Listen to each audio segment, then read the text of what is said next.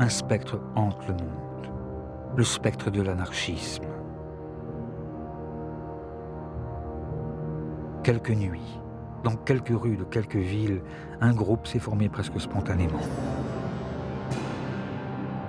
Vêtu de noir, casqué, masqué, le cortège avance comme au hasard, sans rencontrer de réelle résistance. Des drapeaux, des slogans, des regards.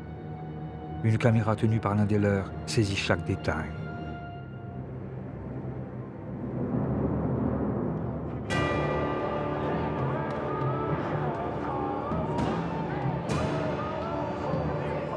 Soudain, les barres de fer jaillissent.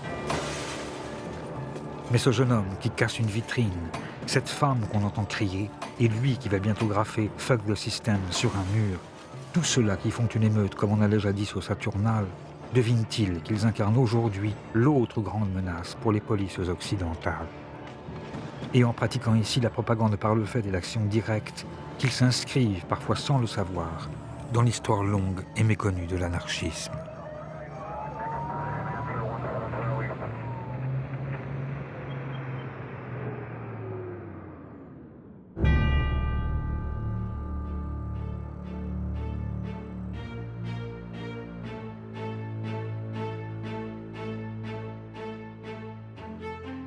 Qui sont-ils? D'où viennent-ils et que pensent-ils, ceux qui hier comme aujourd'hui se disaient anarchistes? Pourquoi, alors qu'ils furent fichés, leurs visages nous demeurent-ils étrangers? Pourquoi leurs pensées semblent-elles confuses et leur histoire si inquiétante? Né du capitalisme, frère ennemi du communisme d'État, l'anarchisme n'a pourtant eu de cesse de souffler son vent de révolte sur le monde. Et si certains libertaires purent se changer en criminels, jouant du revolver ou faisant parler de la dynamite, on oublie qu'ils furent nombreux à proposer des alternatives et entamer des révolutions sur les 5 continents. Mais les pouvoirs ligués les ont partout et toujours réprimés.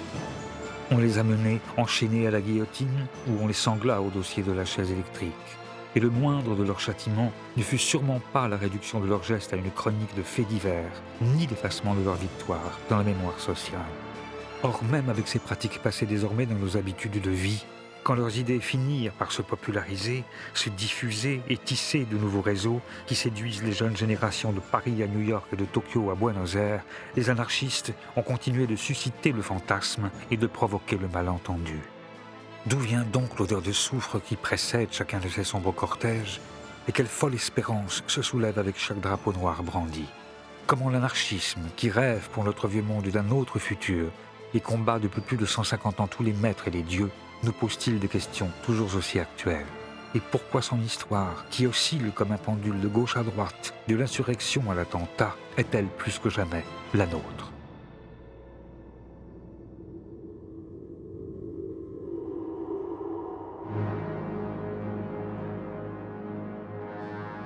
C'est à l'ombre des cheminées des premiers bagnes industriels, dans le cœur encore populaire des cités modernes, au pied des vieux palais changés en nouvelles places financières, que tout a commencé.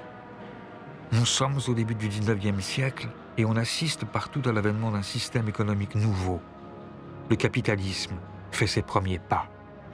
Il impose son modèle de pensée, crée ses grandes industries et bouleverse les paysages. Mais les illusions nées de la première révolution industrielle se dissipent déjà pour laisser apparaître une réalité beaucoup plus crue et plus sombre. Quel est le grand problème du 19e siècle? C'est ce qu'on a appelé, d'un terme très simple, la question sociale. La société se développe, on invente le chemin de fer, on invente d'abord la machine à vapeur, le chemin de fer, le bateau à vapeur, les métiers à tisser. D'une certaine manière, on voit que la société progresse considérablement, l'hygiène, la médecine, tout ce qui va avec. Et en même temps, la misère n'a jamais été aussi effroyable par ceux qui précisément travaillent dans les fabriques, dans les manufactures, dans ce qu'on appellera plus tard les usines. La plupart des penseurs, qu'ils s'appellent Saint-Simon, qu'ils s'appellent Fourier, qu'ils s'appellent Proudhon, qu'ils s'appellent Marx ou Cabet ou Owen, on peut aligner tous les noms que l'on veut, tous se posent la question comment résoudre la contradiction. On ne peut pas comprendre la naissance de l'anarchisme si l'on ne se souvient pas de la vie de peine et de misère que mène en ce temps le prolétaire, celui qui ne possède rien que sa force de travail. Sa journée dure plus de 12 heures et le salaire qu'il retire de son labeur ne lui permet pas de manger à sa faim. Il n'a ni jour de repos, ni assurance, ni retraite. Ses enfants travaillent dès qu'ils peuvent se tenir sur leurs jambes et 1 sur 2 meurt avant l'âge de 6 ans. Les carences, les épidémies et l'alcool font des ravages, l'analphabétisme est la norme et l'accident, la loi. En 1840, l'espérance de vie d'un travailleur ne dépasse guère les 30 ans. Les ouvriers n'ont jamais été aussi pauvres, les ouvriers n'ont jamais autant travaillé, les ouvriers n'ont jamais aussi peu profité de l'extraordinaire banquet auquel participent les propriétaires des moyens de production. Quel système social va permettre de résoudre la question, c'est-à-dire de donner non seulement du travail, mais à manger suffisamment à l'ouvrier, et plus qu'à manger, pour qu'il puisse lire, pour qu'il puisse se cultiver, pour qu'il puisse participer à la société démocratique. Tout comme la bourgeoisie qui bénéficie du progrès et vit dans l'opulence a pu trouver dans le libéralisme son idéologie, c'est dans un socialisme au contour encore vague que le prolétariat voit à l'époque une réponse possible à ses problèmes. Mais pour apporter une réelle solution aux injustices, le socialisme doit surmonter une autre contradiction, presque philosophique, celle-là. Le problème des problèmes en philosophie politique depuis le libéralisme classique, c'est la conjugaison de la liberté puis de l'égalité. Comment assurer le plus grand éventail possible de liberté compatible avec le fait que tout le monde ait le même éventail de liberté, avec la plus grande égalité possible, dans la mesure où, sans égalité, la liberté demeure incomplète et il faut concilier ces idéaux de liberté et d'égalité. Un anarchiste américain disait « Pleine liberté sans l'égalité, c'est la jungle. Pleine égalité sans la liberté, c'est la prison. » Et on ne veut ni de la jungle ni de la prison.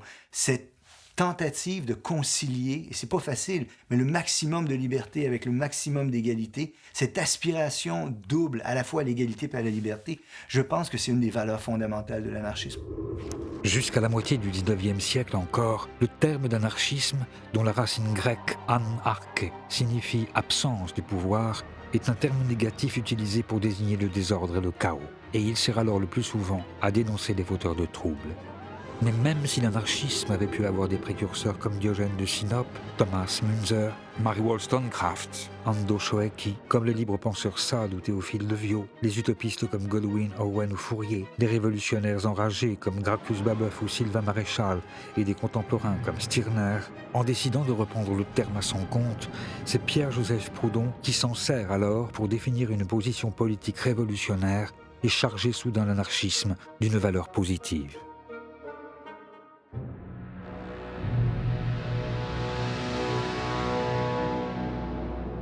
Proudhon, il est né à Besançon, au début du XIXe siècle. Et contrairement à la majorité des autres théoriciens socialistes, ou même anarchistes, il est issu d'un milieu d'origine populaire. Et la grande force, et aussi la grande originalité de Proudhon, c'est justement de savoir de ce qu'il parle lorsqu'il dénonce les inégalités sociales ou les injustices sociales. Pierre-Joseph Proudhon, c'est aussi un ouvrier, c'est un typographe qui sait lire et écrire, qui est capable non seulement de composer des textes, non seulement de les rédiger avec une plume, mais de les composer et de faire en sorte que cette pensée se matérialise en devenant un livre. Et c'est cette fascination qu'il va trouver dans son métier de typographe qui va l'amener à rédiger un certain nombre de textes qui vont effectivement circuler dans la France de l'époque. En 1840, Proudhon rédige le mémoire qui le rendra célèbre. Qu'est-ce que la propriété ? Si la réponse qu'il apporte à cette question, la propriété c'est le vol, fait aussitôt scandale, c'est la profession de foi qu'il prononce quelques lignes plus bas, qui constitue le véritable acte de naissance de la pensée anarchiste. Une formule paradoxale qui dit déjà presque tout. Eh bien, vous êtes démocrate ? Non. Quoi, vous seriez monarchique ? Dieu m'en garde. Vous êtes donc aristocrate ? Point du tout. Vous voulez un gouvernement mixte ? Encore moins. Qu'êtes-vous donc ? Je suis anarchiste. Quoique très ami de l'ordre, je suis dans toute la force du terme anarchiste.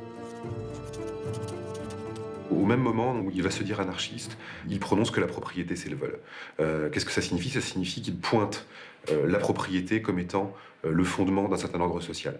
Et se dire anarchiste, c'est dire « je m'en prends au fondement de l'ordre social repéré comme étant la propriété ». Proudhon va même encore plus loin, puisque pour lui, il y a une espèce comment dirais-je, de lien étroit entre la domination politique exercée par l'État, la domination économique exercée par le capital et la domination religieuse exercée par l'idée de Dieu. Et donc Proudhon est véritablement le père de l'anarchie, puisque c'est le seul qui relie ensemble ces trois formes de domination, et il pense qu'il faut les détruire en même temps si on veut effectivement changer de structure sociale. Si pour changer de structure sociale, Proudhon prône la destruction des pouvoirs, il n'est pas partisan de la violence révolutionnaire. Il imagine plutôt tout un système mutualiste dont sa banque du peuple pourrait être le premier jalon.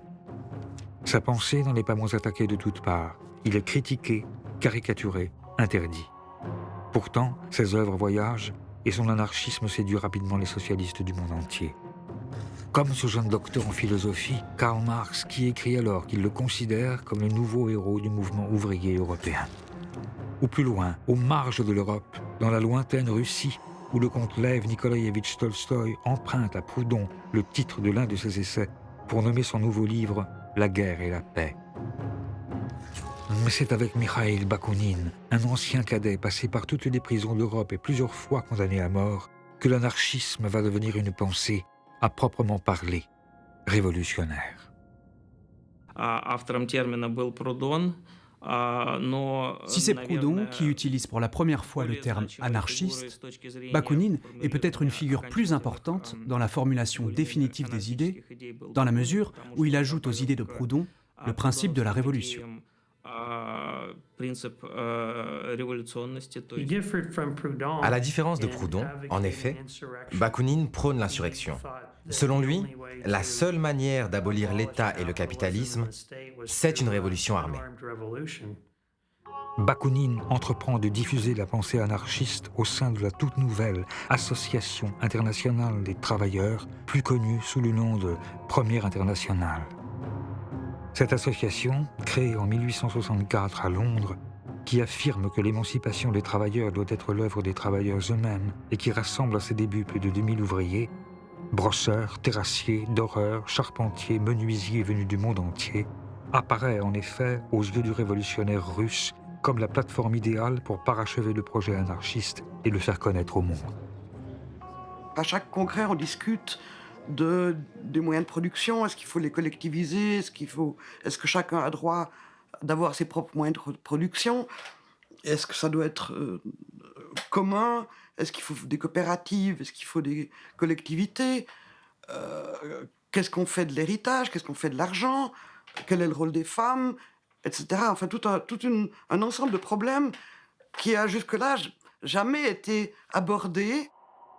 Mais depuis la mort de Proudhon, entre Bakounine, qui apparaît comme l'héritier du père de l'anarchisme, et Marx, qui, lui, avait rompu depuis longtemps avec l'auteur de la philosophie de la misère, les débats dégénèrent. Et leur querelle, autant personnelle que politique, divise bientôt le mouvement socialiste. Trois grands courants émergent. Un courant réformiste, assez minoritaire, qui ne croit pas aux vertus de la révolution. Un courant marxiste, que les anarchistes qualifient d'autoritaire, qui pense que l'ordre nouveau s'imposera grâce à la dictature du prolétariat. Et enfin, le courant anti-autoritaire ou anarchiste de Bakounine, qui prône l'insurrection et la destruction définitive de tout l'appareil étatique. Pour les anarchistes comme pour les marxistes, le communisme est une société sans État, mais les marxistes estiment qu'ils peuvent utiliser l'appareil étatique d'oppression pour construire une société nouvelle, alors que les anarchistes pensent que l'État doit être supprimé dès la révolution sociale, après quoi viendra le communisme. Marx pensait qu'il fallait un parti centralisé, avec une structure hiérarchisée qui serait capable de mobiliser les gens pour prendre le pouvoir, et puis ensuite utiliser ce pouvoir pour créer le socialisme. Bakounine, en raison des idéaux anarchistes auxquels il adhère, en raison de sa méfiance du pouvoir et de l'autorité, est convaincu que c'est une erreur colossale que de penser comme ça. Il a à peu près cette expression prenez le plus grand révolutionnaire, mettez-le sur le trône de toutes les Russies et vous en ferez un tyran dans quelques années. Je prédis, c'est à peu près sa formulation, qu'en Russie, si la révolution qui se produit prend la forme que Marx souhaite, on verra arriver une terrifiante bureaucratie rouge.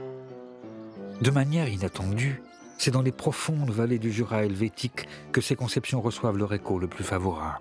Et l'invitation que la Fédération des ouvriers horlogers du Val de Saint-Imier lance à Bakounine est le début d'une histoire particulière que la Suisse continue d'entretenir avec l'anarchisme. Les récits d'époque témoignent d'une séduction réciproque, vraiment. Ils sont... Bakounine parle toute la nuit, les gens l'écoutent, après on pousse les chaises et les tables et puis on danse dans le café où a eu lieu la conférence, on partage le thé, on fume des pipes et on n'arrête pas de discuter. Il reste plusieurs jours et il va revenir à plusieurs reprises dans la région. Bakounine est séduit par leur capacité de s'auto-organiser. C'est ça qui fait une rencontre indispensable pour que la suite se passe. C'est depuis cette fédération jurassienne, qui demeure aujourd'hui encore l'un des bastions mondiaux de l'anarchisme, que Bakounine, avec son mètre 99 et ses yeux impeccablement bleus, lui qui parle 5 langues, noue des contacts avec des révolutionnaires venus des 4 coins du monde. Comme les Suisses James Guillaume ou Waldemar Schwitzgebel, les Italiens Malatesta et Cafiero, l'Allemand Johann Most, les frères Élie et Élisée Reclus, le Belge Victor Dave, l'Espagnol Anselmo Lorenzo, ou un peu plus tard, le prince russe Kropotkin, qui deviendront bientôt tous des figures du mouvement. Et grâce à eux, l'anarchisme s'internationalise et devient la pensée la plus populaire parmi les différents courants du socialisme. Pour être honnête, et même en comptant large, le nombre des marxistes à cette époque dans l'international était seulement de 1000 membres. Alors que les anarchistes, eux, étaient beaucoup plus nombreux. Il y en avait 60 000 en Espagne, 15 000 au Mexique, et leur fédération était bien plus puissante. Devenus effectivement majoritaires en nombre d'adhérents au sein de l'Internationale, les émules de Bakounine et de Proudhon sont particulièrement nombreux en France aussi. Quand éclate la Commune de Paris en 1871, les anarchistes sont donc aux premières loges. Et avec les autres révolutionnaires, ils se lancent à corps perdu dans l'insurrection. C'est un grand espoir, c'est un grand rêve. Tout à coup, une ville entière qui devient autonome, qui se défait des maîtres, qui se défait du vieux monde, qui réinvente tout. Pendant 73 jours, Paris s'insurge, fusille quelques généraux, brûle les cadastres, renverse les vieilles idoles et rend le pouvoir au peuple. Sur les ruines de l'ordre ancien, oubliez les divisions au sein de l'Internationale, les révolutionnaires essaient tous ensemble de bâtir un monde meilleur. On donne à chacun selon ses besoins, on nourrit les indigents, on alphabétise les illettrés, on soigne les infirmes. On sépare l'Église et l'État. Les arts redeviennent accessibles à tous, les femmes s'éduquent, votent et disposent de leur corps, et la ville fonctionne presque sans gouvernement. La Commune à la lettre n'est pas un événement anarchiste. Mais c'est la première tentative de destruction intégrale de l'État, de destruction immédiate de l'État. Il y a l'idée, d'un seul coup, d'un soulèvement et d'une prise en main à l'échelle d'une capitale de la vie économique, politique par la population elle-même. Même si la Commune n'est pas anarchiste, ceux qui se disent anarchistes ou ceux qui vont le devenir, comme Louise Michel, sont en première ligne. Et quand le mouvement s'étend aux grandes villes françaises, Bakounine en personne vient participer à l'insurrection lyonnaise.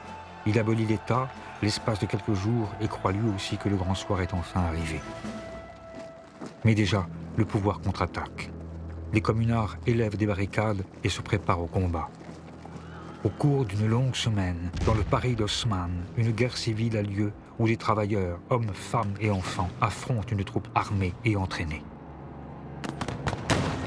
Et la terreur contre-révolutionnaire est à la hauteur de l'effroi que la Commune a jeté dans les rangs de la bourgeoisie.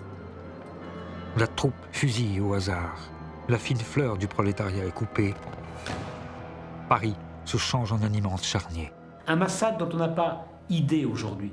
On a longtemps discuté sur le nombre de morts. 25 000, 30 000, c'est probablement plus près de 20 000. Mais tuer avec les fusils de l'époque, mettons 20 000 personnes en une semaine, c'est quasiment impossible. Ça veut dire que si on a arrêté de tuer le 28 mai 1871, c'est parce que la terre de Paris, parce que les caniveaux, parce que les égouts n'arrivaient plus à absorber le sang. La brutalité de l'écrasement de la Commune de Paris a choqué beaucoup d'ouvriers en Europe et dans le reste du monde. Et les anarchistes se sont dit, si l'État peut agir de la sorte, alors nous aussi nous avons le droit d'agir de la même façon. Ils se sont dit qu'il ne pouvait pas y avoir de changement pacifique. Parce que si on agit de manière pacifique, on est massacré, comme ont été massacrés les communards.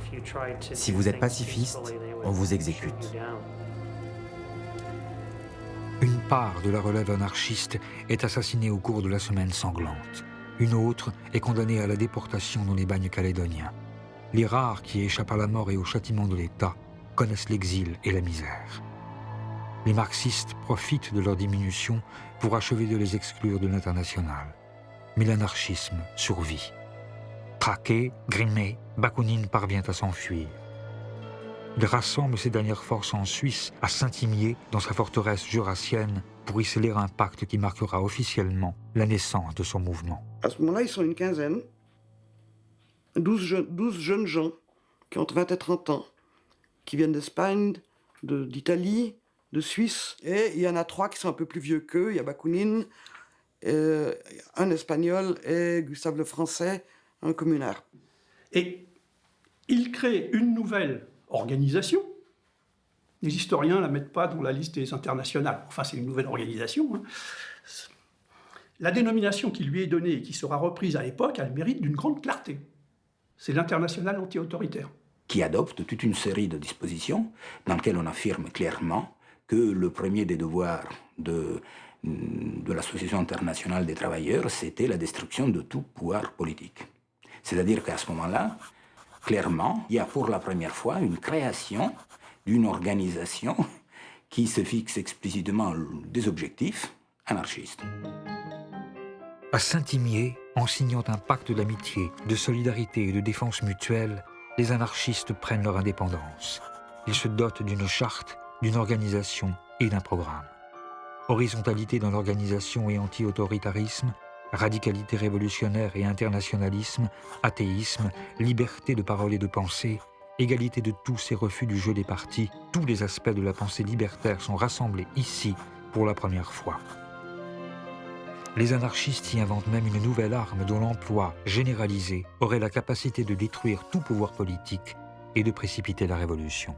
L'instrument, le moyen de la révolution, c'est la grève générale. C'est un terme nouveau qui naît là, avec Saint-Imier.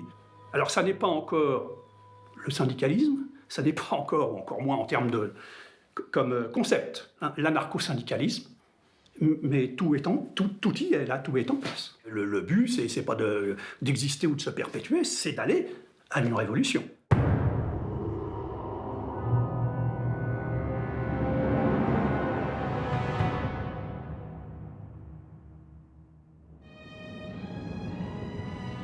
C'est dans les jeunes États-Unis d'Amérique que cette arme nouvelle va être utilisée pour la première fois à grande échelle. Déposé par les grandes vagues de migration, l'anarchisme, ici aussi, a pris racine.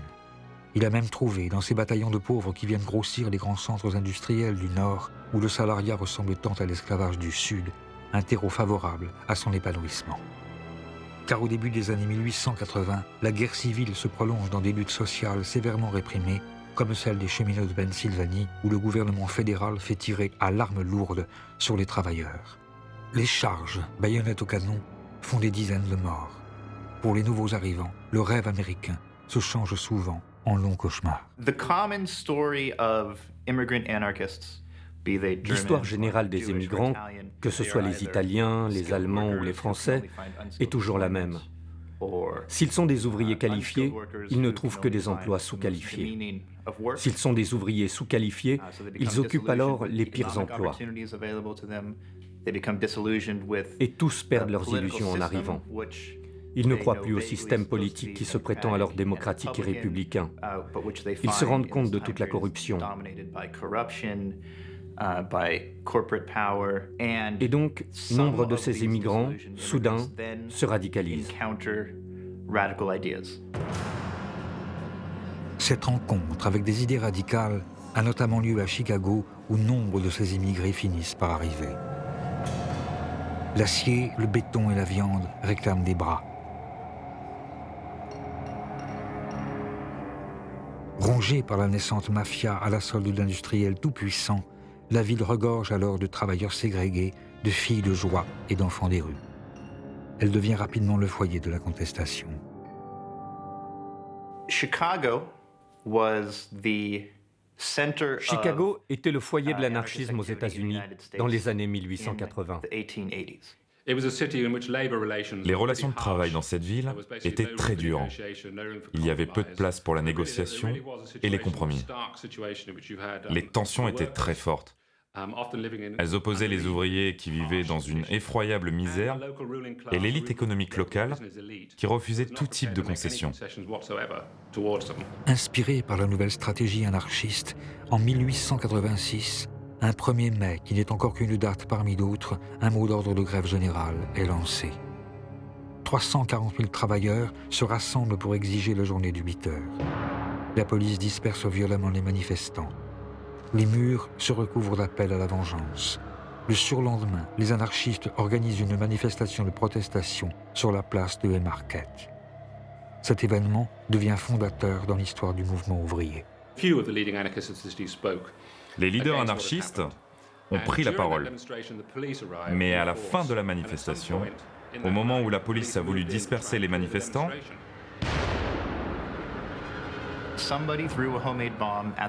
Quelqu'un a jeté une bombe. Elle a explosé au milieu des policiers et tué des agents. Il y a un mouvement de foule. La police se met à tirer. Les manifestants répliquent. Les Américains ont l'habitude encore aujourd'hui d'être armés.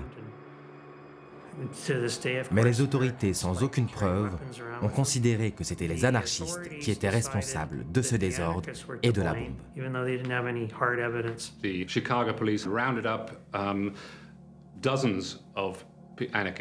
par la suite, la police de Chicago a raflé des dizaines et des dizaines d'anarchistes. Certains d'entre eux n'avaient même pas manifesté cette nuit-là. C'est vraiment un exemple classique de réaction.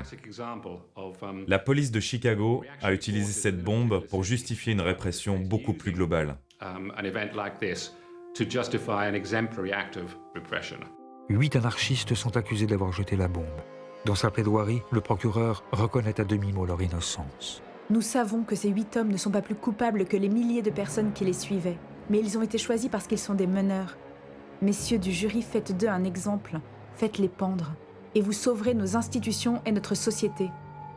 Sur les 8, 5 sont condamnés à mort. Louis Slings se suicide en prison. Les 4 autres, August Spies, George Engel, Adolf Fischer et Albert Parsons, sont pendus. Ce n'est qu'en 1893 que le gouverneur de l'Illinois a innocenté les anarchistes qui avaient été pendus. Il a confirmé que c'était le chef de la police de Chicago qui avait tout organisé, et même sans doute commandité l'attentat pour justifier la répression qui allait suivre. Ça a provoqué une immense colère, non seulement parmi les anarchistes, mais parmi les humanistes du monde entier.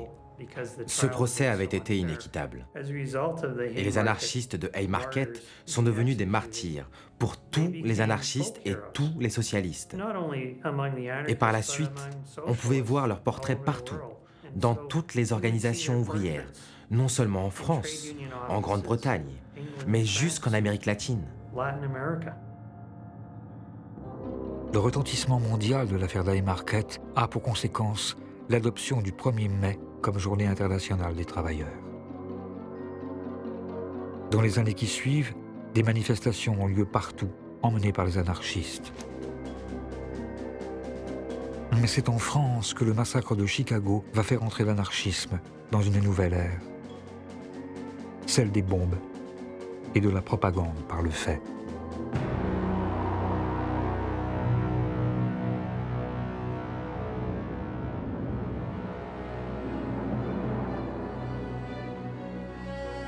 C'est la belle époque. Depuis la Commune, Paris s'est reconstruite et n'a jamais aussi bien porté son surnom de ville lumière et de cité des arrêts de l'amour. Elle est la première place financière, occupe le centre d'un empire colonial en pleine expansion et demeure encore pour quelques années la capitale du monde. La bourgeoisie triomphe et la jeune démocratie enorgueillie peut, en commémoration des 100 ans d'une révolution française déjà vidée de son sens, inviter l'Occident à visiter sa grande exposition universelle. Entre deux palais de la guerre et des industries et une Bastille flambant neuve reconstruite pour l'occasion, les curieux peuvent assister à une remise en scène spectaculaire du massacre des nations indiennes ou se promener nonchalamment dans les allées larges et grillagées des tout nouveaux zoos humains. Ici, le marxisme est encore très minoritaire et l'anarchisme reste le seul mouvement de masse révolutionnaire. Louise Michel, qui est revenue des bagnes calédoniens où elle a été convaincue par les thèses libertaires, multiplie les conférences, organise des manifestations et lui donne même son nouvel emblème. On considère en gros que Louise Michel est l'inventeur du drapeau noir. Lors d'une manifestation des sans-travail à Paris en 1883, Louise Michel va utiliser un chiffon noir, un signe d'emblème. Et elle justifiera son geste lors de son procès. Le drapeau noir, c'est à la fois un drapeau de deuil et un drapeau qui marque la spécificité des anarchistes. En fait, en réalité, les choses sont un petit peu plus compliquées, puisqu'au même moment, on trouve à Lyon un journal qui s'intitule explicitement Le Drapeau Noir. Je crois que c'est le premier qui s'appelle Le Drapeau Noir. J'ai filmé Le Drapeau Noir. C'est une photocopie. Mais quand même. Mais il y a une chose quand même extrêmement importante qu'il faut savoir, c'est que ce n'est pas parce que Louise Michel arbore son chiffon noir, ce n'est pas parce que le journal de Lyon va s'appeler Le Drapeau Noir que le drapeau noir est immédiatement annexé par les anarchistes. Et donc, dans un premier temps, l'utilisation du drapeau noir reste minoritaire. Le drapeau des anarchistes, c'est le drapeau rouge. Ça ne fait pas plaisir à beaucoup de libertaires ou à beaucoup de marxistes, mais ça, c'est la réalité. L'Internationale, en revanche, la chanson qui deviendra l'hymne du Parti communiste, elle, et que vient d'écrire Eugène Pottier, a été dédiée à l'origine à Gustave Lefrançais, un anarchiste signataire du pacte de Saint-Imier. Chantée alors sur l'air de la Marseillaise, elle reste, aujourd'hui encore, un véritable manifeste libertaire, comme le signale notamment le début du deuxième couplet avec le fameux « Ni Dieu, ni César, ni tribun ». Il n'est pas de sauveur suprême, ni Dieu, ni César, ni tribun. Producteurs, sauvons-nous nous-mêmes, décrétons le salut commun. Mais dans cette période de reflux révolutionnaire, pour Louise Michel, le temps n'est plus aux chansons ni aux beaux discours, il faut passer à l'action. Inspirée par Karl Heinzen et son essai sur le meurtre, et par la stratégie des nihilistes qui mettent alors à feu et à sang la Russie, elle appelle les travailleurs à la révolte violente. Manque-t-il donc de pioches pour creuser des souterrains? De dynamite pour faire sauter Paris? De pétrole pour tout incendier? Imitez les nihilistes et je serai à votre tête, sur les débris d'une société pourrie qui craque de toutes parts et dont tout bon citoyen doit se débarrasser par le fer et le feu, nous établirons le nouveau monde social. Elle se rend en compagnie de Malatesta et Kropotkin au premier congrès international anarchiste à Londres et y définit avec eux la nouvelle stratégie du mouvement. La propagande par le fait, qui n'a pas un auteur déterminé, est une expression spontanée de l'action révolutionnaire. Ce n'est pas nécessairement une explosion ou une bombe, mais juste une action qui dépasse les limites du discours. Au travers d'un geste exemplaire, les anarchistes pensaient qu'on pouvait mieux transmettre le message libertaire.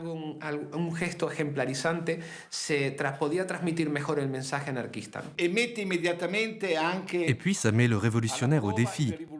Il ne s'agit pas de faire comme ces révolutionnaires qui parlent et laissent agir les autres.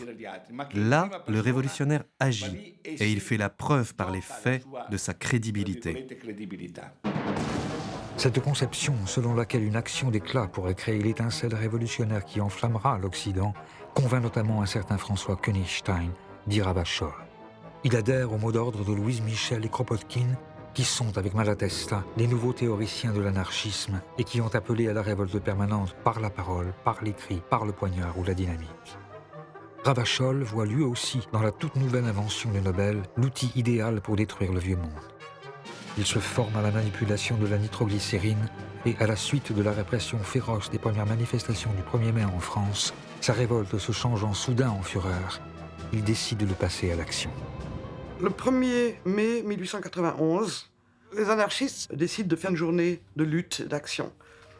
Pas une journée de défilé ordonné comme c'est devenu de nos jours. Et donc, il y a des échauffourées à Clichy, où les flics tapent sur les anarchistes et les anarchistes tapent sur les flics. Et puis, à Fourmies, dans le Nord, il y a une fusillade contre les femmes et les enfants qui sont devant le cortège. Et il y a plusieurs morts. Et c'est à cause de ça que Ravachol pose des bombes. Comme un symbole, Ravachol place ses bombes artisanales boulevard Saint-Germain et rue de Clichy. Devant les portes des appartements du juge et de l'avocat général qui ont condamné à de lourdes peines de prison 3 manifestants anarchistes, il dépose des valises. Les dégâts sont impressionnants. Ces bombes n'ont tué personne. Elles n'étaient que la réponse à la condamnation des manifestants anarchistes de Clichy. Mais la police française, les médias en France, mais aussi au Royaume-Uni et dans le reste du monde, ont alors fait de Ravachol, qui n'aurait pas dû être un personnage important de l'histoire de l'anarchisme, la face sombre du mouvement, son versant destructeur. Le mythe de l'anarchiste poseur de bombes vient de naître. Ravachol fait peur, on le traque. La préfecture se dote d'armes nouvelles. La police se réinvente en scientifique.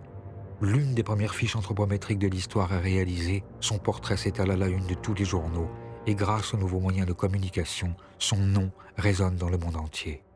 Le Petit Parisien, le Petit Journal, le Journal et le Matin, les 4 journaux qui tirent entre 700 000 et plus d'1 million d'exemplaires par jour, les unes notamment de leur supplément de Domenico le dimanche, font tout pour faire peur dans les chaumières. Mais de façon effectivement générale, ces attentats n'ont pas provoqué immédiatement une réaction hostile de toute l'opinion publique. Bien au contraire, Ravachol recueille même plutôt la sympathie du peuple, pour lequel il devient une sorte de héros, comme Mandrin aux cartouches, un vengeur auquel on écrit, sur l'air de la Carmagnole, des chansons. Dansons la Ravachol, vive le son, vive le son. Dansons la Ravachol, vive le son de l'explosion. Pour devenir un exemple de pure révolte, l'anarchiste doit payer de sa personne. Ce n'est pas le terroriste qui fait son attentat et s'enfuit. Au contraire, l'anarchiste doit affronter à visage découvert la société et devant le tribunal revendiquer ses actes. Il doit se servir de son procès comme un formidable mégaphone et faire résonner partout le nom de l'anarchisme. Fidèle à la stratégie de la propagande par le fait, quand 3 jours seulement après l'explosion de sa dernière bombe, Ravachol est arrêté, il assume ses responsabilités. À son procès devant le tribunal de la Seine, alors qu'il sait qu'il joue sa tête, il soutient son geste. Il y a actuellement un trop grand nombre de citoyens qui souffrent tandis que d'autres nagent dans l'opulence. Cela ne peut durer. Aujourd'hui, les anarchistes sont assez nombreux pour renverser les choses. Il ne faut pour cela qu'une poussée. Et la révolution s'opérera. Ravachol est condamné aux travaux forcés à perpétuité, mais rattrapé par une vieille affaire de droit commun, il est condamné à mort. Et c'est par un froid matin, à Montbrison, que sa voix qui allait crier « Vive la Révolution » est coupée par le couteau de la guillotine.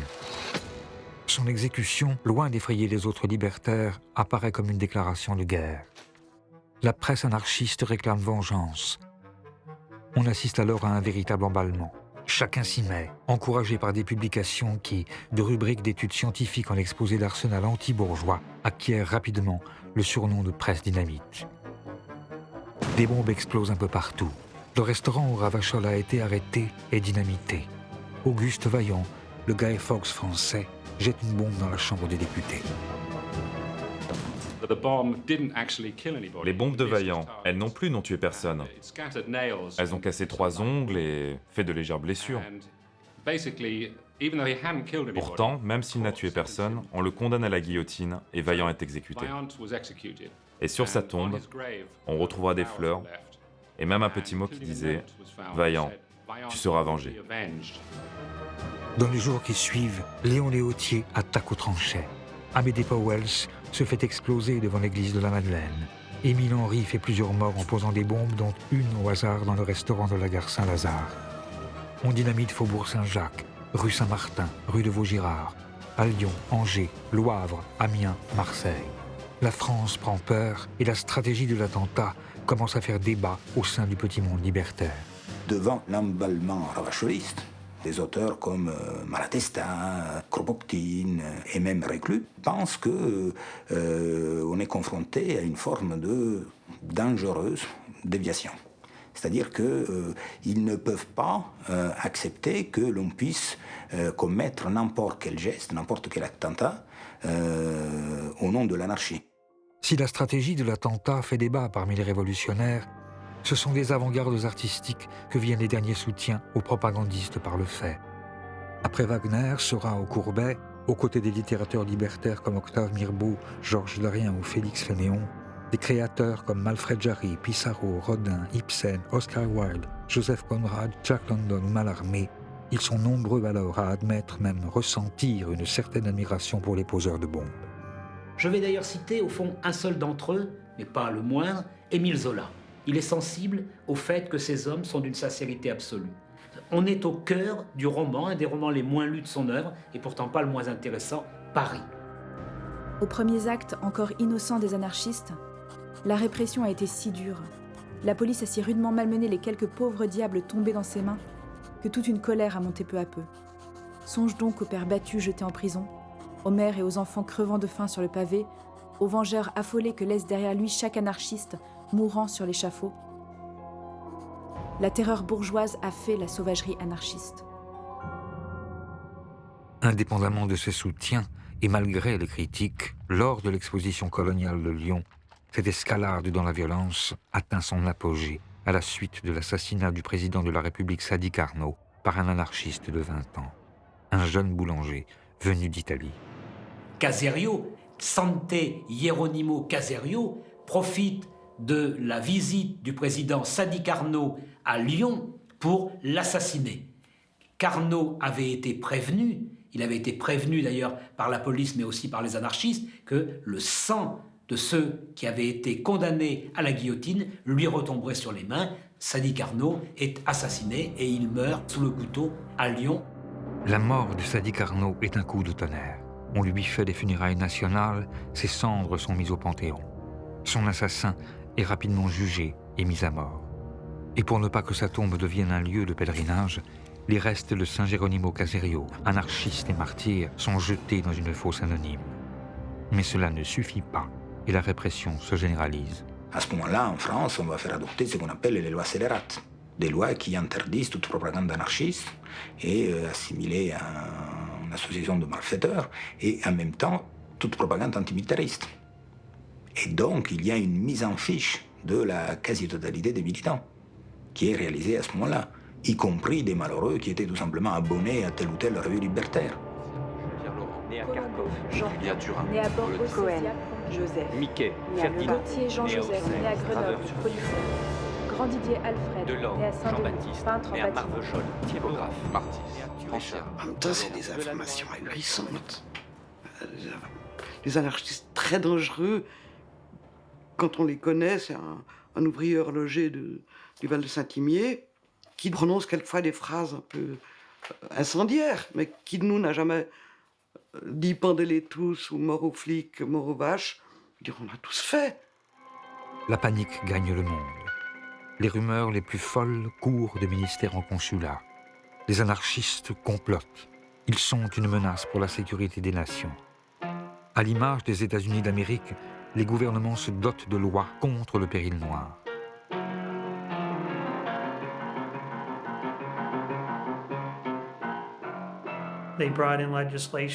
On a alors voté des lois qui interdisent aux anarchistes d'entrer aux États-Unis d'Amérique.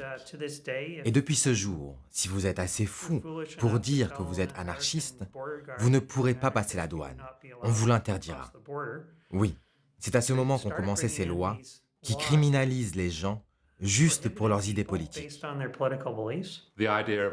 L'idée d'une conspiration terroriste, d'une conspiration internationale, est alors apparue. C'est la première fois que le concept de guerre à la terreur était utilisé. Dans le New York Times, en 1894, on a commencé à lire des titres sur la nécessité d'exterminer le terrorisme. C'était déjà ces termes très mélodramatiques qui étaient employés.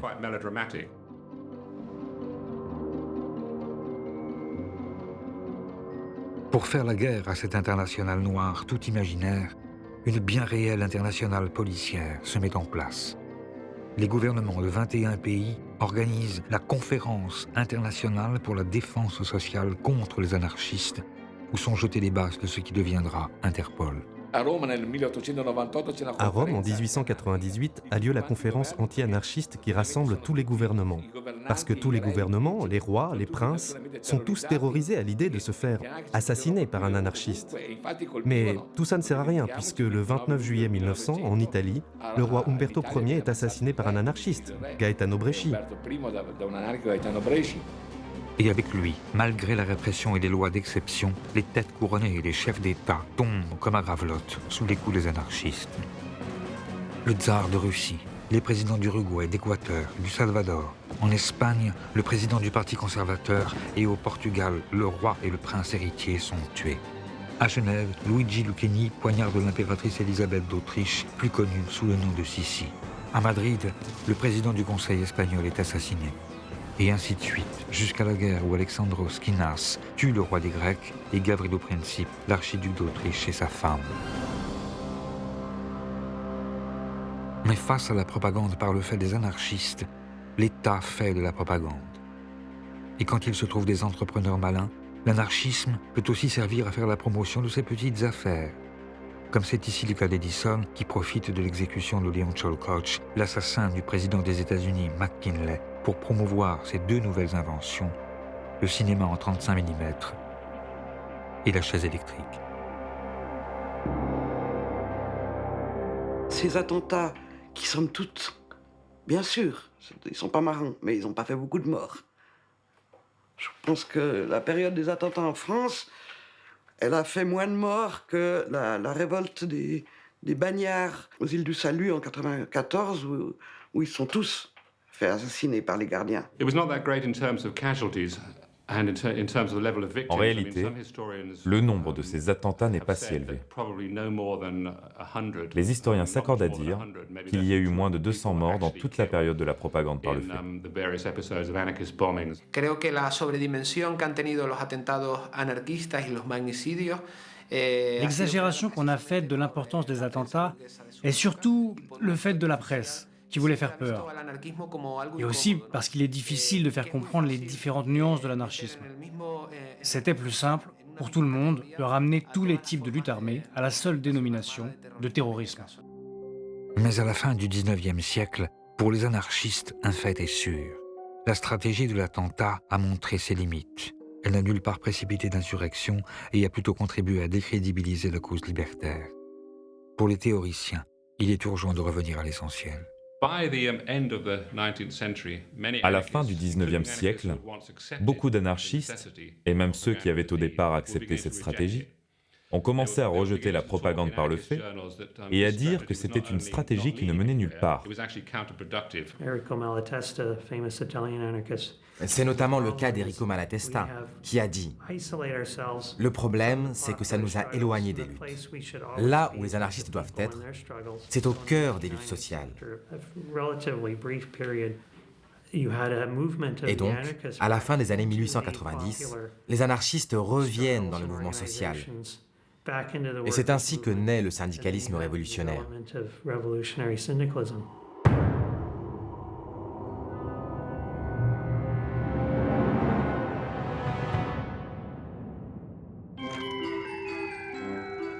Depuis quelques années, un peu partout, les travailleurs ont conquis le droit de s'organiser en syndicats. Mais c'est avec la création des bourses du travail, puis de la CGT, qu'anarchisme et syndicalisme vont fusionner pour donner naissance au syndicalisme révolutionnaire, que l'on désignera plus tard sous le terme d'anarcho-syndicalisme.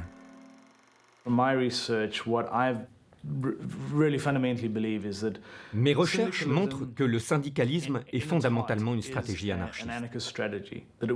Bien sûr, c'est né en dehors du mouvement anarchiste, et c'est quelque chose que les anarchistes ont ensuite adopté. À l'intérieur de cette stratégie, les bourses du travail occupent une place particulière. Le grand promoteur du mouvement des bourses du travail est un jeune anarchiste qui s'était fait connaître en s'opposant à la stratégie de l'attentat. C'est quelqu'un pour qui j'ai une très grande admiration, c'est Pelloutier. Alors, c'est un Français, Pelloutier, qui meurt très jeune, à 30 quelques années, en s'étant tué à la tâche, littéralement. Mais il va fonder cette idée de bourse du travail. Qu'est-ce que c'est que ces bourses du travail?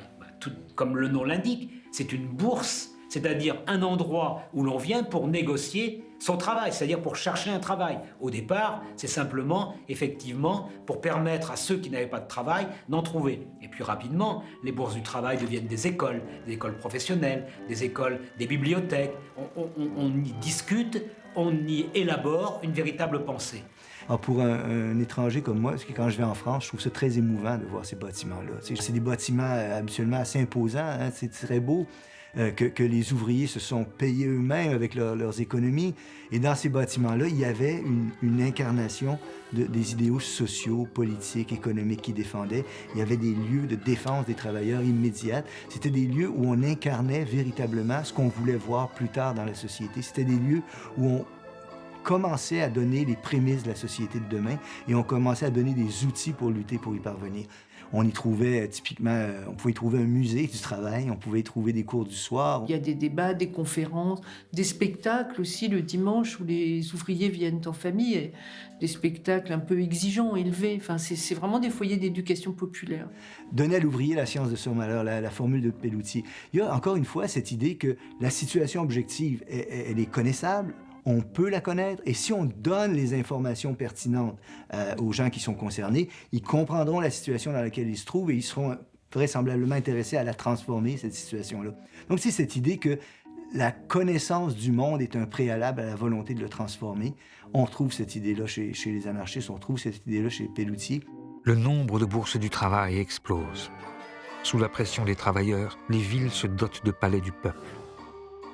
On en compte près d'une centaine au début du siècle. Elle fusionne avec la CGT qui regroupe alors des milliers de syndiqués.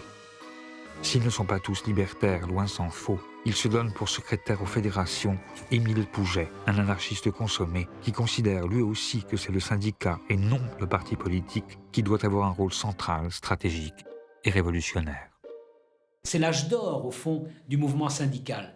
On est bien dans le syndicalisme d'action directe, dans ce que je préférerais appeler même le syndicalisme autosuffisant.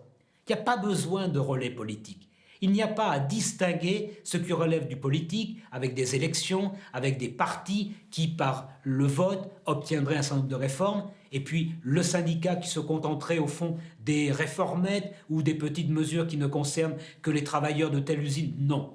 Le syndicalisme doit être capable de rebattre toutes les cartes et de changer radicalement la société. Cette conception globale du rôle du syndicat amène les anarchistes à refuser la stratégie des urnes. Le vote, loin de leur apparaître comme l'exercice d'un droit, est bien plutôt conçu comme une légitimation de l'ordre établi.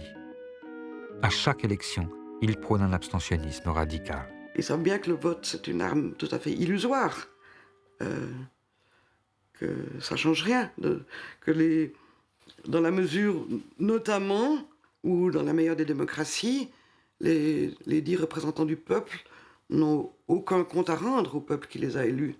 C'est pas un refus de la démocratie, c'est une contestation de ce qu'on nous donne habituellement comme étant la démocratie. Alors, ils imaginent des manières de fonctionner. Alors, dans les mouvements anarcho-syndicalistes, il y avait des délégués, mais ils étaient révocables en tout temps.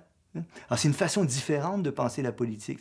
Pour changer les choses dans cette manière différente de penser la politique, les anarcho-syndicalistes préfèrent utiliser l'arme forgée à la suite du congrès de Saint-Imier. Et c'est ainsi que partout dans ce XXe siècle naissant, on voit fleurir le même mot d'ordre, grève générale. L'idée peut paraître simpliste vue d'aujourd'hui, mais elle est en même temps révolutionnaire. Si toutes les usines s'arrêtent de travailler, comment les capitalistes pourront-ils continuer à toucher leurs capitaux, à toucher leurs dividendes, puisqu'il n'y aura plus rien? Et si tout le monde en même temps fait la grève, ça suppose pour certains l'économie de l'insurrection.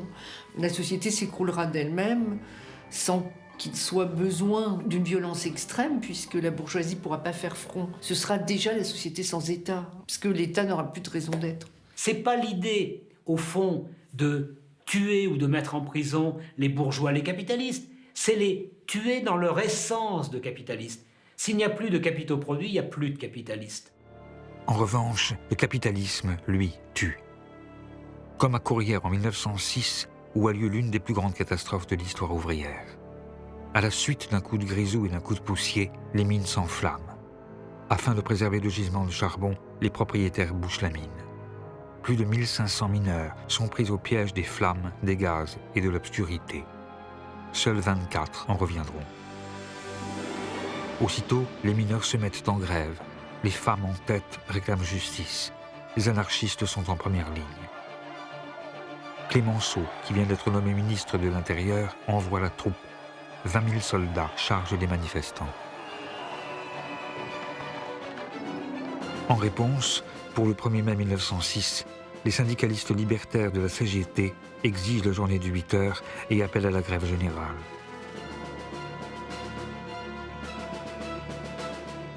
Il y a comme un avant-goût du 36 ou de mai 68. Dans les bourses du travail, si les anarchistes font des soupes populaires et jouent à l'orchestre, ils savent que bientôt viendra l'heure de l'affrontement. En plein cœur de cette époque qui n'est pas belle pour tout le monde, les travailleurs se préparent. La bourgeoisie tremble. La France retient son souffle. Il y a toute une fébrilité autour de ce 1er mai 1906 qui doit être le départ de la grève générale. Donc il y a une attente presque millénariste. On voit des banderoles dans tant de jours nous serons libres. Et c'est actualisé au fur et à mesure qu'on se rapproche de la date fatidique. Et il y a une véritable panique qui saisit la bourgeoisie à l'approche de ce 1er mai 1906. Et à Paris, il y a 45 000 hommes de troupes pour empêcher toute manifestation de se tenir. Donc il y a la tactique du manège et des dragons qui tournent en rond sur les places. Il va y avoir des affrontements autour de la place de la République. C'est vraiment des charges sabre au clair. Et quand on frappe, c'est bien souvent avec le tranchant. Il y a un nombre de mutilations incroyable. Et puis il y a des morts, pas mal de morts aussi. Malgré les arrestations, les blessés et les morts, les anarchistes remportent ici tout de même une grande victoire.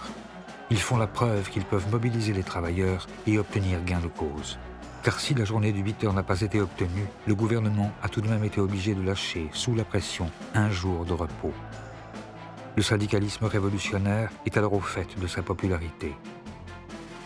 La charte d'Amiens, adoptée quelques semaines plus tard, symbolise son triomphe et demeure aujourd'hui encore le codex du mouvement syndical en France et dans le monde.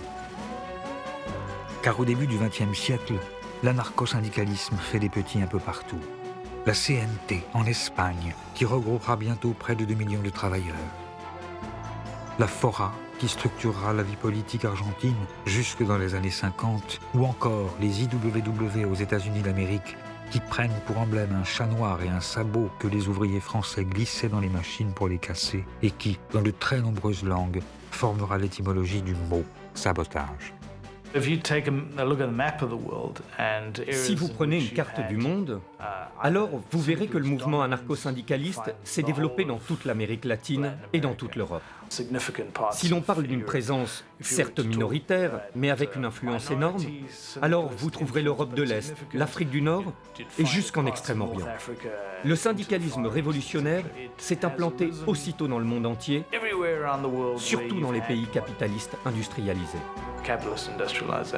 Avec ces organisations qui voient le jour tout autour du monde et leurs publications qui tirent dans toutes les langues, le courant syndicaliste révolutionnaire parvient à toucher des franges de la population jusqu'alors négligées par les autres courants politiques. Et grâce à elle, l'anarchisme étend son influence et accroît sa force d'impact. Au fur et à mesure de l'implantation des syndicats anarchistes, ceux-ci se dotaient toujours de sections féminines. Ce ne sont pas des ghettos, car ces sections féminines étaient vraiment aux avant-postes de la Révolution. Et je crois que c'est important de comprendre ça, car les femmes jouaient alors un rôle de pionniers. Et ces sections féminines devenaient aussitôt, en quelque sorte, des avant-gardes révolutionnaires. Esclaves entre tous les prolétaires, ce sont effectivement des femmes qui mènent ces luttes syndicales et ouvrent pour l'anarchisme de nouveaux fronts. Le mouvement libertaire devient ainsi, en ce temps où les femmes n'ont pas le droit de vote, ni celui d'avoir un compte en banque, le seul mouvement révolutionnaire à avoir des figures féminines de premier plan.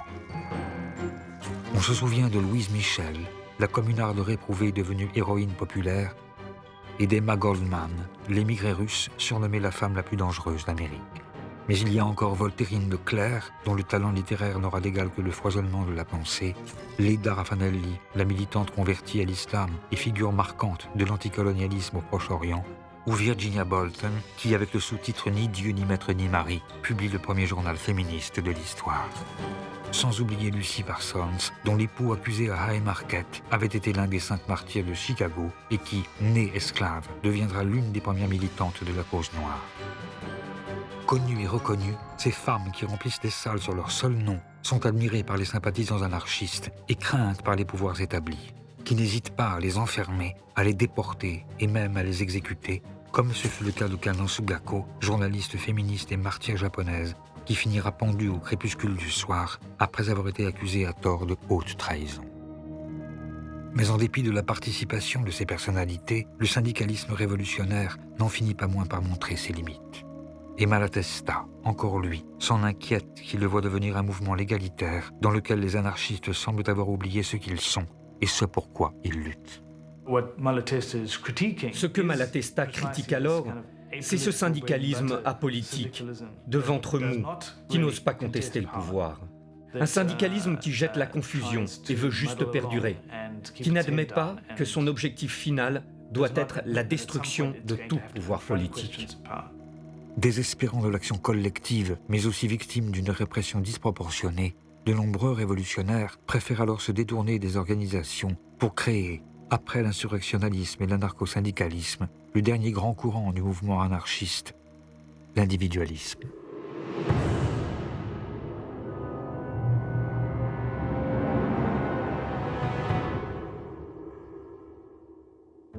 Descendants des Lumières et héritiers du romantisme, les individualistes sont les enfants terribles de leur temps. Ils lisent Nietzsche et Stirner, prônent une objection de conscience généralisée et entendent mener immédiatement, en rupture avec les principes autoritaires en cours dans la société, une existence pleine et entière.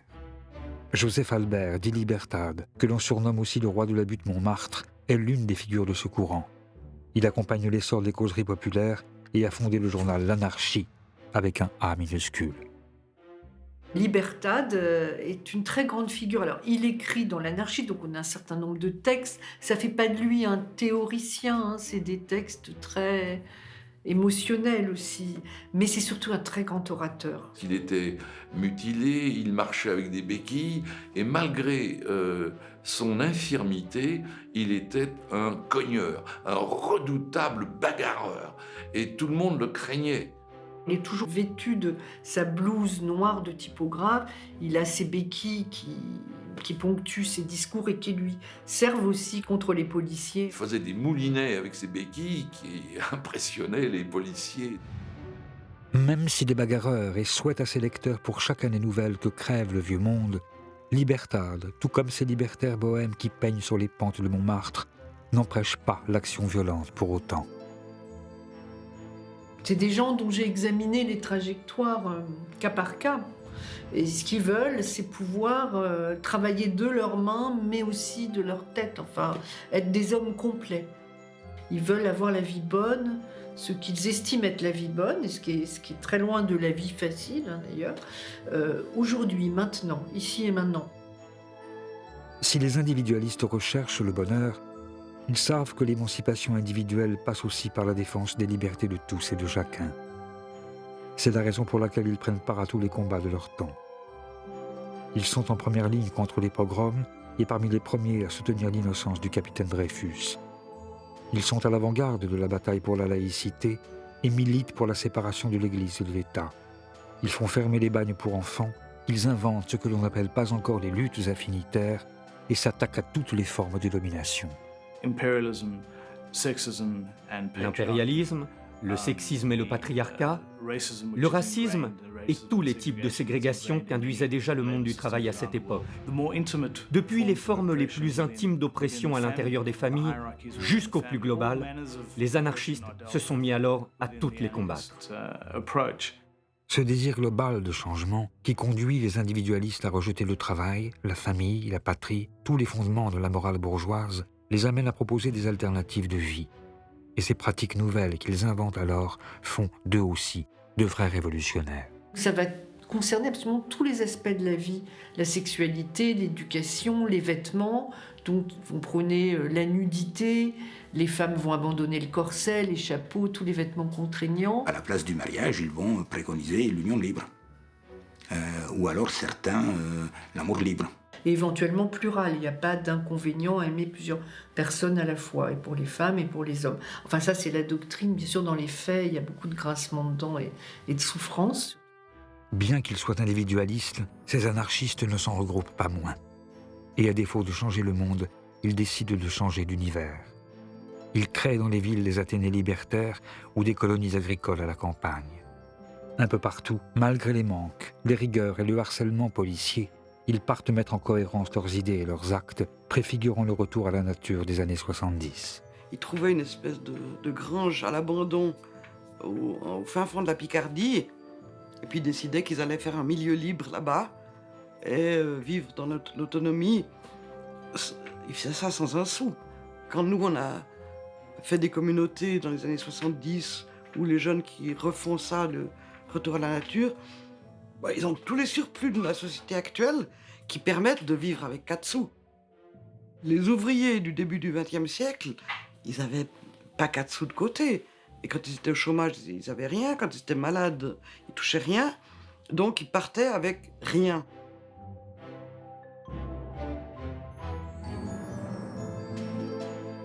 Alors il y a des gens qui émigraient aussi. Il y a des communautés au Paraguay, au Costa Rica, sur des îles de Polynésie française. Donc là, effectivement, la vie est peut-être un peu plus facile. On peut cueillir des mangues et des papayes, et survivre avec un petit bout de tissu autour des hanches.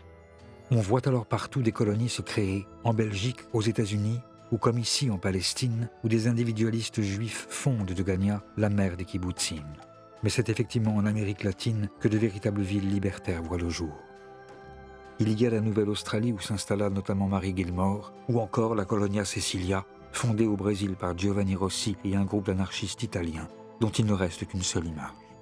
Pendant 4 ans, ces libertaires abolissent les hiérarchies, la religion et l'argent, s'organisent en conseil, s'aiment librement et chantent des chansons.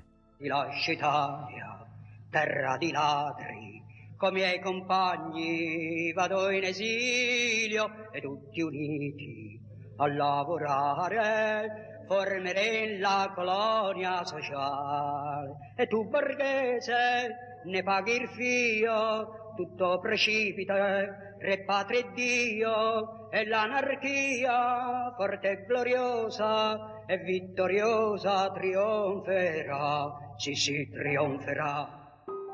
Mais l'anarchie ne triomphe pas, et ces colonies, véritables contre-sociétés qui devaient être le germe du monde nouveau, ferment les unes après les autres. Certains individualistes se disent alors que si pour changer la société, il faut bien changer l'individu, pour changer l'individu, il faut reprendre le mal à la racine. Or, selon eux, l'école bourgeoise inculque dès l'origine aux enfants des valeurs autoritaires et centralise tous les dispositifs de pouvoir. Il faut donc s'y attaquer et y porter la révolution. Ils se font alors éducationnistes réalisateurs et conçoivent des pédagogies nouvelles où l'antique paideia se mêle aux principes libertaires. La tâche de l'anarchiste, c'est d'être un éducateur. C'est-à-dire, il faut en quelque sorte faire l'homme nouveau avant de faire la société nouvelle. Il y a une très grande exigence d'élévation intellectuelle, sensorielle, physique même. Il ne néglige aucun des aspects de la vie. Des expériences de nouvelles formes d'éducation fleurissent aussitôt à travers le monde. La ruche de Sébastien Faure ou l'orphelinat de Sampuy de Paul Robin. Mais l'une des plus complètes est l'école moderne, fondée en Espagne sur des principes anti-autoritaires par Francisco Ferrer. Francisco Ferrer est un pédagogue anarchiste très important. Il a créé le mouvement des écoles modernes. L'idée était de faire une éducation séculaire, laïque, non seulement à destination des enfants, mais aussi des adultes, basée sur des relations égalitaires entre les élèves et les professeurs. C'est une éducation intégrale, c'est-à-dire qu'elle doit être à la fois manuelle et intellectuelle. L'enfant doit savoir à peu près tout faire. Elle est fondée exclusivement sur l'usage de la raison, c'est-à-dire on ne veut rien imposer à l'enfant de l'extérieur. Nous ne craignons pas de le dire. Nous voulons faire des hommes dont l'indépendance intellectuelle sera la force suprême, qui ne se soumettront jamais à rien, capables de discerner ce qui est bon et qui aspireront à vivre 1000 vies en une seule.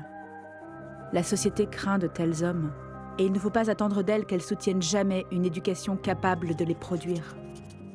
C'est ça qui est fascinant quand on lit les anarchistes sur l'éducation, et à mon avis, c'est parmi les rares théoriciens de l'éducation qui sont conscients de ça, ils se méfient d'eux-mêmes. Ils ont une telle méfiance à l'endroit de l'autorité illégitime, y compris en éducation, que leur réflexion sur l'éducation comporte une profonde réflexion sur les risques d'endoctrinement que portent leurs projets. Alors, vous allez lire des mots, je cite presque textuellement, « Rappelons-nous toujours que nous ne voulons pas faire de bons petits anarchistes. Méfions-nous toujours de notre propre pouvoir sur les enfants. Nous tentons de faire des hommes libres. Il se pourrait qu'ils pensent autre chose que nous plus tard. C'est à ça qu'on reconnaîtra qu'on a véritablement fait des hommes libres. » Ces écoles laïques et libertaires, où les enfants posent en cagoule, suscitent bien sûr le fantasme, et leur succès inquiète autant le clergé que la bourgeoisie. Il faut arrêter au plus vite Francisco Ferrer, leur fondateur qui s'est pourtant toujours opposé à toute forme de violence. Une occasion est trouvée au cours de la semaine tragique de Barcelone de l'inculper à tort. Il est très vite visé par la répression, qui en 1909 l'accuse d'avoir fomenté la grève générale de Barcelone et le condamne à mort. Il va y avoir une solidarité internationale qui va se développer sur tous les continents, aux États-Unis, en Australie, en Europe, dans toutes les grandes villes d'Europe.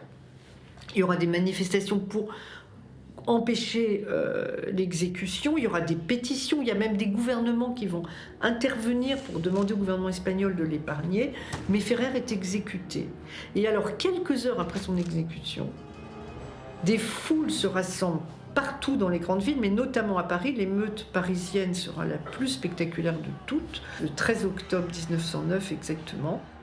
Il va y avoir une émeute d'une intensité extraordinaire. Les terrassiers, qui sont vraiment la fleur du prolétariat de cette époque, arrivent pioche à l'épaule, dépavent les avenues, mettent à nu les conduites de gaz, les percent, les enflamment.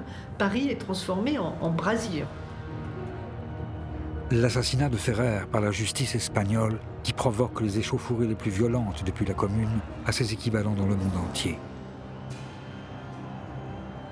Il y aura celui de Kotoku au Japon quelques mois plus tard, ou ceux de Sacco et Vanzetti aux États-Unis d'Amérique, qui déclencheront tous d'immenses mouvements de solidarité internationale. Car si les États n'hésitent pas à tuer des humanistes, c'est qu'au début du XXe siècle, le monde semble sur le point de basculer. Rien qu'en 1905, on compte une révolution en Russie, des manifestations insurrectionnelles en Allemagne, en Italie, au Royaume-Uni, un vendredi rouge en Hongrie, une rébellion en Crète, une grève générale en Pologne, une semaine rouge au Chili, un mouvement de masse en Inde, le commencement de l'ère de la violence populaire au Japon, des soubresauts révolutionnaires en Mongolie ou encore une révolution constitutionnelle en Perse. Et partout, les anarchistes sont à la manœuvre. Mais malgré ces larges mobilisations, comme à Macédoine lors de l'insurrection à la fois nationaliste et libertaire d'Ilinden, tous ces mouvements sont noyés dans le sang. Et c'est dans ce contexte de répression généralisée, on l'oublie trop souvent, que certains individualistes vont reprendre la voie des armes, comme au temps de la propagande par le fait, mais avec, cette fois, la conscience de la vanité de leurs gestes et l'assurance de la tragédie qui les attend.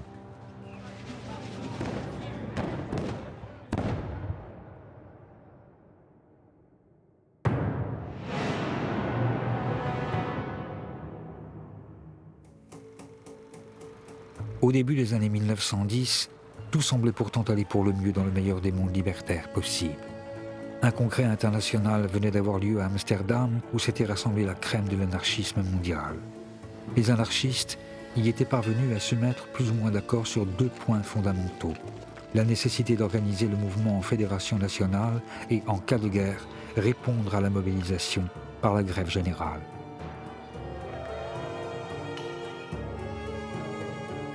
Au Mexique, une révolution, la première de ce XXe siècle naissant, venait d'éclater avec ses accents libertaires qui ravivaient les espérances révolutionnaires. Kropotkin s'enflammait et apportait un soutien sans réserve à l'insurrection paysanne. Emma Goldman se lançait dans une vaste collecte de fonds et le libertaire, en France, pouvait s'exclamer « Quel exemple! Quel splendide prélude pour l'émancipation générale !» Comble de l'ironie, en France, par exemple, Armand Fallières, le nouveau président de la République, accompagné d'une myriade de personnalités politiques, s'était rendu en personne à Besançon pour inaugurer, en grande pompe avec Marseillaise et défilé des gardes suisses, une statue monumentale à la gloire du père de l'anarchisme, Joseph Proudhon. Oui, tout semblait aller pour le mieux en ce début des années 10, dans le meilleur des mondes libertaires possibles. Mais peut-être par impatience ou juste pour prendre au mot l'auteur de « Qu'est-ce que la propriété ?», de nombreux libertaires ne décidaient pas moins d'attaquer la société bourgeoise dans ce qu'elle a de plus cher. Partisans du vol, qu'ils préfèrent nommer expropriation, reprise individuelle ou banditisme révolutionnaire, afin de précipiter en Europe une révolution qu'ils ne voyaient plus venir, ces anarchistes s'en prennent partout à la propriété. Et avec eux, le braquage se changeait soudain en stratégie révolutionnaire. Le problème est très simple. Si je suis un révolutionnaire opposé au capitalisme, pour quel mystérieux motif est-ce que je n'attaquerai pas une banque ? Pourquoi ne pas exproprier la banque pour financer la révolution ? Après, on peut discuter des méthodes. Je ne parle pas de tuer la petite vieille qui attend au guichet. Je parle d'un assaut radical du capitalisme sous la forme d'une attaque de banque. Aux yeux d'un révolutionnaire, ça n'a rien de scandaleux. Entre parenthèses, même Staline le faisait. Tous les révolutionnaires s'y mettent en effet, mais ce sont les anarchistes qui systématisent ces tactiques et associent momentanément leur nom au plus grand braquage de l'époque. Il y aura Buenaventura Durruti, le plus grand terroriste d'Espagne, avant de devenir le leader de la révolution anarchiste en Catalogne, qui met à sac, avec les Solidarios, une partie de l'Europe et de l'Amérique latine. Il y aura Severino Di Giovanni, l'ennemi public numéro 1 argentin, qui réalisera le vol le plus important jusqu'alors de l'histoire de son pays. Il y a en Ukraine Nestor Makhno, qui, au sein de l'Union des laboureurs pauvres, exproprie et redistribue les biens confisqués. Mais en France, c'est Marius Jacob, qui œuvre au sein de la bande des travailleurs de la nuit, qui marque alors les esprits. Le plus pittoresque, le plus intéressant, c'est sans doute Marius Jacob. Il a créé une petite bande, n'est-ce pas, de cambrioleurs qui avait pour but de voler les exploiteurs du peuple, les parasites de la société, c'est-à-dire qu'ils choisissaient leur cible, ils ne volaient pas n'importe qui, mais avant tout les militaires, les prêtres, les magistrats et les grands propriétaires. Dans la mesure du possible, sans violence aucune, et même avec une certaine élégance, puisqu'il peut laisser des petits messages ironiques à destination de ceux qu'il a cambriolés. Oui, je vous ai volé un mouchoir de poche d'une valeur de 250 francs. Un mouchoir de 250 francs. N'est-ce pas une insulte à la misère ? Marius Jacob, l'anarchiste cambrioleur, qui, bien qu'ayant commis plus de 500 cambriolages, gardait pour lui juste de quoi vivre, servira de modèle à Maurice Leblanc pour concevoir son personnage d'Arsène Lupin. Mais l'État, qui veut envoyer un message aux anarchistes tentés par l'illégalisme, l'arrête et, malgré ses bons mots, lui applique un châtiment exemplaire. Lui qui n'avait jamais versé le sang est condamné à la guillotine sèche des travaux forcés à perpétuité au bagne de Guyane. Pour les bandits révolutionnaires, le signal est clair. Puisque le pouvoir envoie à la mort même des innocents, il vaut mieux tuer avant que d'être tué. En 1911, c'est à Londres que se déroule la première grande confrontation entre bandits révolutionnaires et forces de l'ordre. Pendant plusieurs heures, au cours de ce que l'histoire de l'anarchisme a retenu sous le nom de bataille de Stepney, un siège a lieu au 100 Sydney Street. À l'aube, le quartier est entièrement bouclé. 2 anarchistes retranchés dans une petite maison opposent une résistance farouche à plus de 800 policiers et membres de la garde écossaise. Les opérations sont dirigées par le ministre de l'Intérieur, un certain Winston Churchill, que l'on voit ici à gauche, en haute forme. Ne parvenant pas à les déloger, Churchill fait donner l'artillerie et incendie la maison. Les 2 révolutionnaires meurent brûlés vifs. Les actualités ont envoyé leurs caméras et une foule considérable s'est massée pour assister au spectacle. Mais était-il ici, parmi les curieux, ce jeune mécanicien dont la légende dit qu'il était à l'époque le chauffeur à Londres de Conan Doyle? Un fait est sûr, c'est en revenant en France l'année suivante qu'il décide de passer à l'action en formant une bande dont le nom va bientôt faire trembler l'Europe, la bande à Bono. Les bandits tragiques, je préfère cette appellation, parce que premièrement, c'est pas une bande soumise à l'autorité d'un chef, et si chef il y avait, je vois pas pourquoi ce serait Bono plus qu'un autre. Ils sont des militants anarchistes, des militants individualistes, convaincus, avec un passé de lutte derrière eux, comme le jeune Octave Garnier, par exemple, qui a été emprisonné à la suite d'une grève de terrassiers, durement frappé par la police, et qui a trouvé dans l'individualisme ce qu'il cherchait, finalement. Austères, doctrinaires, dont la vie est exemplaire, ces hommes ignorent le tabac, l'alcool, le jeu et le bordel. Ils fréquentent le journal L'Anarchie, dirigé par Victor Serge. Mais c'est grâce à leur connaissance de la mécanique qu'ils vont d'abord entrer dans l'histoire en étant les premiers à utiliser la voiture pour commettre leur braquage. Leurs prises sont bien maigres et ne permettent pas de financer la révolution. Mais leurs attaques se caractérisent par une violence indiscriminée. Sur leur passage, le nombre de morts explose. Leurs têtes sont mises à prix. La presse offre une prime de 100 000 francs à qui permettra leur capture. Les toutes nouvelles brigades du Tigre se mettent à leur trousse. Mais loin d'avoir peur, les bandits défient la société. Et Octave Garnier va même jusqu'à écrire aux responsables de la 3e brigade, dite brigade des anarchistes. Je sais que cela aura une fin. Dans la lutte qui s'est engagée entre le formidable arsenal dont dispose la société et moi, je sais que je serai vaincu. Je serai le plus faible. Mais j'espère vous faire payer cher votre victoire. Ils savaient qu'ils étaient condamnés à mort, ils se savaient condamnés. C'est un acte parfaitement désespéré. Ils l'acceptaient. Absolument. Absolument. Dans tout ce qu'on lit, on ne remarque aucun symptôme de peur, on ne remarque aucun début de fuite, enfin rien du tout. Rien. Ils ont dit, nous attaquons la société. Elle est assez horrible. Je crois qu'ils n'avaient pas mal de raison de la considérer comme horrible à cette époque-là. Nous l'attaquons. Nous l'attaquons et nous irons, enfin tranquillement, ils disaient toujours, mais nous irons, c'est la guillotine qui nous attend, ou la mort, enfin peu importe. Ils le savaient. C'est assez extraordinaire. Mais malgré l'admiration relative et ultérieure qu'aura pour eux Jacques Brel, qui interprétera dans un film paru en 1968 l'un des membres de la bande à Bono, la geste des bandits tragiques s'achève le 28 avril 1912 dans la proche banlieue de Paris. Ça se termine par un siège qui oppose des hommes seuls à une troupe d'1 millier d'hommes, avec 10 000 spectateurs autour, d'ailleurs, venus assister à la lie de ces hommes traqués. Ils se battent comme des lions jusqu'au bout, toute la nuit, comme la petite chef de M. Seguin avec le loup, avec aucune chance de s'en tirer, et ils le savent. Et c'est ça qui fait d'eux, je dirais, des sortes de propagandistes par le fait.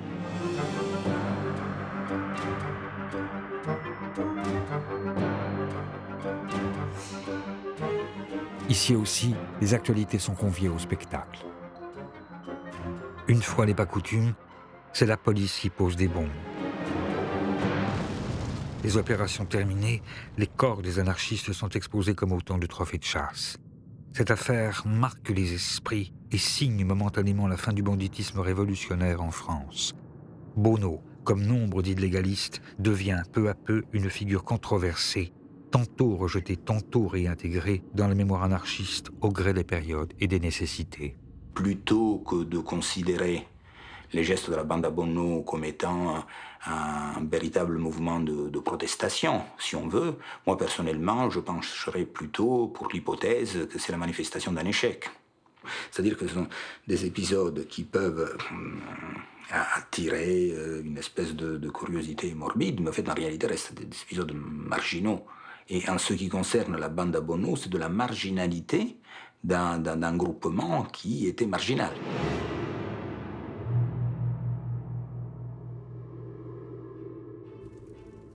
Le battage médiatique fait autour de la bande à Bono permet surtout à l'époque de disqualifier le mouvement anarchiste dans ses efforts pour empêcher la guerre. Car devant les démonstrations de masse que firent les libertaires aux côtés des autres socialistes, par exemple ici, au Pré Saint-Gervais près de Paris, ou avec la Semaine rouge d'Ancône en Italie, où Malatesta était parvenu à étendre la grève générale aux marches en Romagne et jusqu'en Toscane, les impérialismes craignaient plus que tout que les travailleurs du monde parviennent à s'entendre. Ils avaient réactivé les lois scélérates et rempli des fichiers, comme en France, le sinistre carnet B, dans lequel étaient répertoriés les noms des révolutionnaires qui devaient être arrêtés en cas de conflit. Mais grâce à la peur fabriquée avec l'affaire des bandits tragiques et devant le choc provoqué par l'assassinat à Sarajevo de l'archiduc François Ferdinand, l'État n'avait pas eu besoin d'y recourir. Et avec la mort de Jean Jaurès, même des figures de l'anarchisme comme Kropotkin finissaient par se rallier à l'Union sacrée. Les affiches des libertaires appelant à la désertion pouvaient désormais se recouvrir des appels à la mobilisation générale. Et c'est ainsi, alors que commençait un massacre d'une ampleur inimaginable, qui fera bien plus de morts que toutes les révolutions, pendant que les travailleurs tombaient par millions et que les mutins mouraient seuls devant les pelotons d'exécution, que des paroles de Malatesta ou d'Emma Goldman, restés fidèles à leur idéal, purent se perdre pour un temps dans le bruit de la mitraille. Le rôle des anarchistes est de continuer à proclamer qu'il n'y a qu'une seule guerre, celle qui, dans tous les pays, est menée par les opprimés contre les oppresseurs. Notre rôle, c'est de montrer aux hommes la générosité, la grandeur et la beauté de l'idéal anarchiste, la justice sociale réalisée par l'organisation libre des producteurs, la guerre et le militarisme à jamais supprimés, la liberté entière conquise par la destruction totale de l'État et de ses organismes de coercition. Vive l'anarchie! Car notre sang bleu est noir, notre drapeau rouge est noir, notre étoile jaune est noire, notre vie en rose est noire. Oui, notre sang bleu est noir, notre drapeau rouge est noir, notre étoile jaune est